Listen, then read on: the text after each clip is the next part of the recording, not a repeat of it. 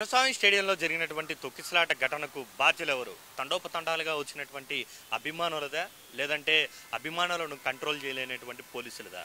అసలు చిన్నస్వామి స్టేడియంలో నిన్న సాయంత్రం ఏం జరిగింది మీకు వివరించే ప్రయత్నం చేశాను. ఇదే మనకు చిన్నస్వామి స్టేడియం మొత్తం మ్యాప్. ఇది మొత్తం స్టేడియానికి 21 గేట్లు అనేది కూడా ప్రధాన ద్వారాలు అనేది కూడా ఉంటాయి. దాంట్లో గేట్ నెంబర్ 1 అనేది ఎమర్జెన్సీ ఎగ్జిట్ గేట్గా కూడా ఉంటుంది.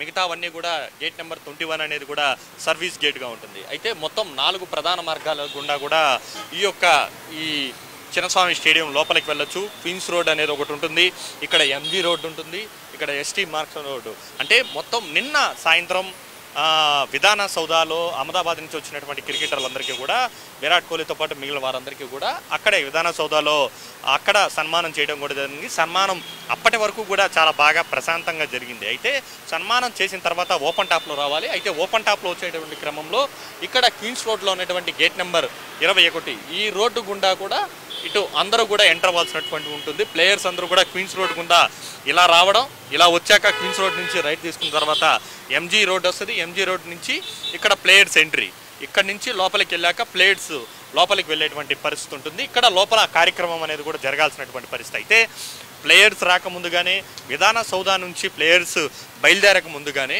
ఈ మొత్తం కర్మన్ రోడ్డు, ఇక్కడ ఉన్నటువంటి SC marks road, MG road, queens road, ఈ 4 రోడ్లలో కూడా ఎన్నడూ లేని విధంగా కేవలం లోపలికి వెళ్ళడానికి ఈ స్టేడియంలోకి 35,000 మందికి అనుమతి ఉంటే కూడా దాదాపు 3.5 నుంచి 4 లక్షల మంది ఈ 4 రోడ్లలోనే ఉండిపోయారు.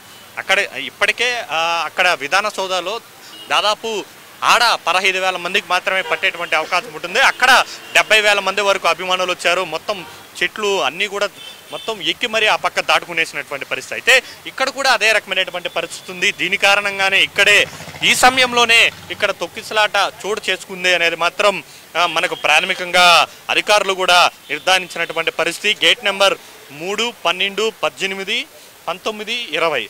సో ఈ మొత్తం ప్రధానమైనటువంటి ఈ గేట్ నెంబర్ 3 కావచ్చు, గేట్ నెంబర్ 2 వద్ద, గేట్ నెంబర్ 5 వద్ద ఇక్కడే తొలిత ఈ తొక్కిసలాట అనేది కూడా చోటు చేసుకుంది. ఎప్పుడైతే ప్లేయర్స్ బయలుదేరారు విధాన సౌదా నుంచి ఓపెన్ టాప్ ఎక్కి మొత్తం భారీగా రోడ్ షోగా బయలుదేరారు అనగానే ఇక్కడ ఉన్నటువంటి గేట్ నెంబర్ 2, 3, 5 దగ్గర ఉన్నటువంటి వాళ్ళు, 12 దగ్గర ఉన్నటువంటి వాళ్ళందరూ కూడా అలర్ట్ అయ్యారు. సో ఇంకా వచ్చేస్తున్నారు, ఇంకా వెళ్ళిపోదామని అనుకున్నారు. ముఖ్యంగా ఈ క్వీన్స్ రోడ్లో ఉన్నటువంటి గేట్ నెంబర్ 15 దగ్గర ఉన్నటువంటి వాళ్ళు, 12 దగ్గర ఉన్నటువంటి వాళ్ళు, ఇక్కడ ఏదైతే ప్లేయర్స్ ఎంట్రీ గేట్ నెంబర్ 12 నుంచి ఇట్లా లోపలికి వెళ్ళి ఇలా లోపలికి వెళ్తారో ఇక్కడ ప్రధానంగా ఇష్యూ అనేది కూడా మొదలైంది. మనకు కనబడుతుంది గేట్ నెంబర్ 12 ప్లేయర్స్ ఎంట్రీ అనేది ఇక్కడే మొదట ఇష్యూ స్టార్ట్ అయింది.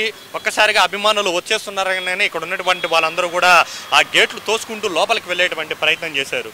దీన్ని చూసినటువంటి మిగిలిన వాళ్ళు, ఈ పక్క ఉన్నటువంటి వాళ్ళందరూ కూడా ఇక్కడ లోపలికి వదులుతున్నారనే క్రమంలో ఇలా రావడం కూడా జరిగింది.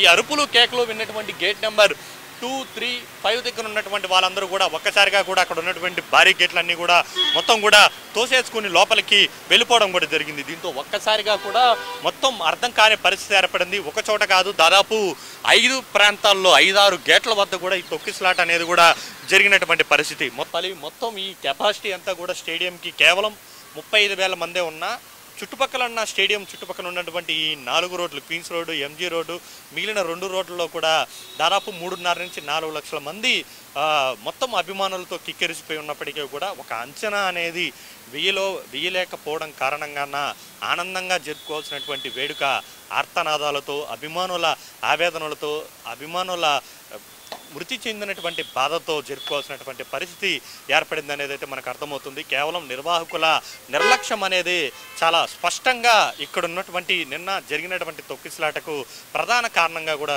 మనకు అర్థమవుతుంది.